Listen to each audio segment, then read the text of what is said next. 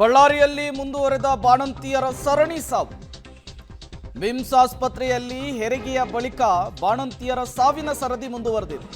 ಕೂಡ್ಲಿಗಿ ತಾಲೂಕಿನ ಹಾಲಸಾಗರ ಗ್ರಾಮದ ಮಹಾಲಕ್ಷ್ಮಿ ಸಾವನ್ನಪ್ಪಿದ್ದಾರೆ. ಭಾನುವಾರ ಗಂಡು ಮಗುವಿಗೆ ಜನ್ಮವನ್ನು ಕೊಟ್ಟಿದ್ರು ಮಹಾಲಕ್ಷ್ಮಿ ಅವರು. ಹೆರಿಗೆಯ ಬಳಿಕ ಮಹಾಲಕ್ಷ್ಮಿ ಆರೋಗ್ಯದಲ್ಲಿ ಇದ್ದಕ್ಕಿದ್ದ ಹಾಗೆ ಏರುಪೇರಾಗಿದೆ. ಐಸಿಯುನಲ್ಲಿ 3 ದಿನ ಚಿಕಿತ್ಸೆಯನ್ನು ಕೊಟ್ಟಿದ್ರು ವೈದ್ಯರು. ವೈದ್ಯರ ನಿರ್ಲಕ್ಷ್ಯದಿಂದ ಸಾವಾಗಿದೆ ಅಂಥೇಳಿ ಕುಟುಂಬಸ್ಥರು ಆರೋಪವನ್ನು ಮಾಡ್ತಾ ಇದ್ದಾರೆ, ಆಕ್ರೋಶವನ್ನು ಹೊರಹಾಕ್ತಾ ಇದ್ದಾರೆ. ಬಳ್ಳಾರಿಯ ಬಿಮ್ಸ್ ಆಸ್ಪತ್ರೆಯಲ್ಲಿ ಸರಣಿ ಸಾವಿನ ಬಗ್ಗೆ ತನಿಖೆ ಕೂಡ ಆಗಿತ್ತು.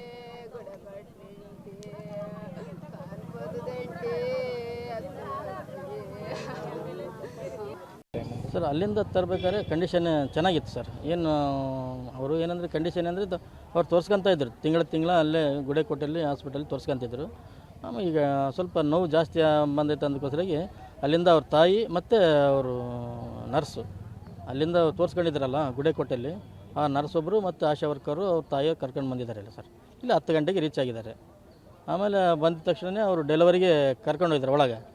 ಒಳಗೆ ಕರ್ಕೊಂಡೋಗಿ ಬಂದಮೇಲೆ ಡೆಲಿವರಿ ಮಾಡೋ ಟೈಮ್ನಲ್ಲಿ ಕೈಗೆ ಹಾಕಿ ಮಗುನ ಕಿತ್ತಿಬಿಟ್ಟಿದ್ದಾರೆ ಸರ್.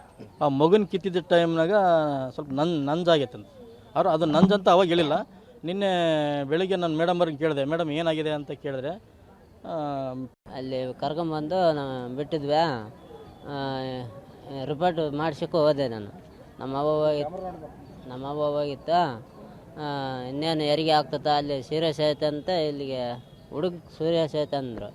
ಇವಾಗೇನು ಸೀರಿಯಸ್ ಇದ್ದಿಲ್ಲ ಅಂದ ಎಲ್ಲ ರಿಪೋರ್ಟ್ ತೋರಿಸಿವಿ. ಅವ್ರಿಗೆ ಏನಿಲ್ಲ ಅಂತ ಹೇಳ್ಬಿಟ್ರು. ಇಲ್ಲಿ ಕರ್ಕೊಂಬಂದು ಬಿಟ್ಟಿದ್ವಿ. ಹೆರಿಗೆ ಕಿತ್ತುಬಿಟ್ಟಾರ ಅವರು. ದಾರಿ ಆಗೈತೆ ಅಂತ ಹೇಳಿದ್ರು.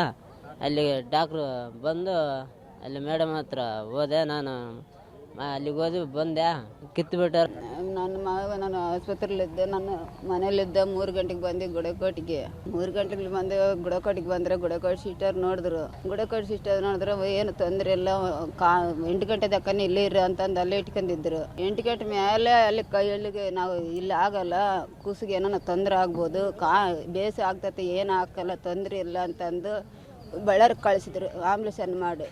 ಅಲ್ಲಿದ್ದೆ ಚೆನ್ನಾಗಿ ಬಂತು. ಇಲ್ಲಿಗೆ ಬಂದು ಆಂಬ್ಯುಲೆನ್ಸ್ ಅನ್ನಕ್ಕೆ ಮತ್ತಷ್ಟು ಡೀಟೇಲ್ಸ್ ಕೊಡ್ತಾರೆ ಅಮರೇಶ್, ದೂರವಾಣಿ ಸಂಪರ್ಕದಲ್ಲಿ ಜಾಯ್ನ್ ಆಗಿದ್ದಾರೆ. ಅಮರೇಶ್, ಬಳ್ಳಾರಿಯ ಜಿಲ್ಲಾಸ್ಪತ್ರೆಯಲ್ಲಿ ಬಾಣಂತಿಯರ ಸರಣಿ ಸಾವಿನ ಬಗ್ಗೆ ತನಿಖೆ ಕೂಡ ಆಗಿತ್ತು. ಬಟ್ ಈಗ ಮತ್ತೊಂದು ಸಾವಾಗಿರುವಂಥದ್ದು ಯಾಕಾಗಿ, ಏನಾಯ್ತು ಅಂತ ಹೇಳಿ. ಪ್ರೇಮ, ಬಳ್ಳಾರಿ ಜಿಲ್ಲೆಯಲ್ಲಿ ಬಾಣಂತಿಯರ ಸಾವಿನ ಸರಣಿ ಮುಂದುವರೆದಿದೆ. ಇಷ್ಟಿದ್ರೂ ಸಹಿತ ಆರೋಗ್ಯ ಇಲಾಖೆ ಅಧಿಕಾರಿಗಳೇ ಎಚ್ಚೆತ್ತುಕೊಂಡಿಲ್ಲ. ಜಿಲ್ಲಾಸ್ಪತ್ರೆಯಲ್ಲಿ ಹೆರಿಗೆಯಾದಂತ ಸಂದರ್ಭದಲ್ಲಿ ಅಂದ್ರೆ ಸಿಜರಿನ್ ಆದ ಬಳಿಕ 3 ಬಾಣಂತಿಯರು ಮೃತಪಟ್ಟಿದ್ರು. ಮತ್ತೆ ನಿನ್ನೆನೂ ಸಹಿತ ಮುಸ್ಕನ್ ಅನ್ನುವಂತ ಬಾಣಂತಿ ಮೃತಪಟ್ಟಿದ್ರು. ಆದ್ರೆ ಇವತ್ತು ಮತ್ತೆ ಮಹಾಲಕ್ಷ್ಮಿ ಅನ್ನುವಂತ ಬಾಣಂತಿ ಬಳ್ಳಾರಿಯ ಬಿಮ್ಸ್ ಆಸ್ಪತ್ರೆಯಲ್ಲಿ ಭಾನುವಾರ ಅವ್ರಿಗೆ ಹೆರಿಗೆ ಆಗಿತ್ತು, ನಾರ್ಮಲ್ ಡೆಲಿವರಿ ಆಗಿತ್ತು. ಅದಾದ್ಮೇಲೆ ಅವರ ಆರೋಗ್ಯದಲ್ಲಿ ಏರುಪೇರಾಗಿದ್ರಿಂದಾಗಿ ಇವತ್ತು ಬೆಳಿಗ್ಗೆ ಅವರು ಮೃತಪಟ್ಟಿದ್ದಾರೆ. ಯಾಕಂದ್ರೆ ಇಲ್ಲಿ ಪ್ರಮುಖವಾಗಿ ವೈದ್ಯರ ನಿರ್ಲಕ್ಷ್ಯವೇ ಕಾರಣ ಅನ್ನುವಂತ ಆರೋಪವನ್ನ ಕುಟುಂಬಸ್ಥರು ಮಾಡ್ತಾ ಇದ್ದಾರೆ. ಖಂಡಿತವಾಗ್ಲೂ ಗಮನಿಸಬೇಕಾಗಿರುವಂತದ್ದು ಪ್ರೇಮ್ ಕುಮಾರ್, ಯಾಕಂದ್ರೆ ವೈದ್ಯಾಧಿಕಾರಿಗಳ ನಿರ್ಲಕ್ಷ್ಯತನದಿಂದಾನೇ ಬಳ್ಳಾರಿಯಲ್ಲಿ ಸರಣಿ ಬಾಣಂತಿಯರ ಸಾವಾಗ್ತದೆ. ಅದು ಬಳ್ಳಾರಿ ಜಿಲ್ಲಾಸ್ಪತ್ರೆಯಲ್ಲೂ ಸಹಿತ ಹೆರಿಗೆ ಆದ ಬಳಿಕ ಸಿಜರಿನ್ ಆದ್ಮೇಲೆ ಒಂದಿಷ್ಟು ಇನ್ಫೆಕ್ಷನ್ ಆಗಿತ್ತು. ಅಲ್ಲಿರ್ತಕ್ಕಂಥ ಮೆಡಿಸಿನ್ ಗಳಿಂದ ಸಮಸ್ಯೆ ಆಗಿ ಅದಾದ್ಮೇಲೆ ಬಾಣಂತಿಯರು ಕೂಡ ಡೆತ್ ಆಗಿದ್ರು. ಇಷ್ಟಾಗಿದ್ರು ಸಹಿತ ಇನ್ನೂ ಅಧಿಕಾರಿಗಳು ಎಚ್ಚೆತ್ತುಕೊಂಡಿಲ್ಲ. ಹೀಗಾಗಿ ಮತ್ತೆ ಇದೀಗ ನಾರ್ಮಲ್ ಡೆಲಿವರಿ ಆಗಿದ್ದಂತ ಮಹಾಲಕ್ಷ್ಮಿ ಅವರು ಕೂಡ ಮೃತಪಟ್ಟಿದ್ದಾರೆ.